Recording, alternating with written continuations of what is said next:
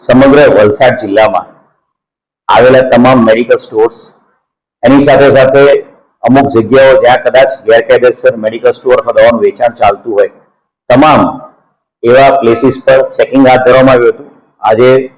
બપોરના 12 વાગ્યાથી સાંજના 5 વાગ્યા સુધીમાં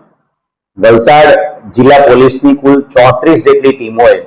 290 થી વધુ પ્લેસીસ ઉપર ચેકિંગ હાથ ધર્યું છે। તમામ પ્લેસીસ ઉપર સરપ્રાઇઝ ચેકિંગ હાથ ધરવામાં આવ્યું હતું। આ સમગ્ર ચેકિંગમાં ફૂડ એન્ડ ડ્રગ વિભાગના જે મદદનીશ કમિશનર છે અરવિંદ ઝાલા અને એમની સાથે એમના 4 માણસો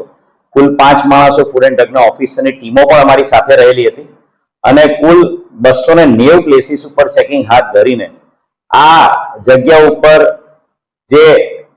અમુક ખાનગી માણસો પણ મોકલવામાં આવ્યા હતા જ્યાં શેડ્યુલ એચ ડ્રગ છે જે પ્રિસ્ક્રિપ્શન વગર એ લોકો જો મેડિકલ સ્ટોર આપતા હોય તો એવા ટોટલ 25 કેસો કરવામાં આવ્યા છે। એ ઉપરાંત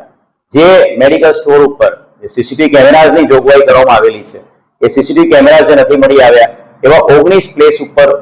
જે જાહેરનામા ભંગ હેઠળના કેસની કાર્યવાહી હાથ ધરવામાં આવી છે।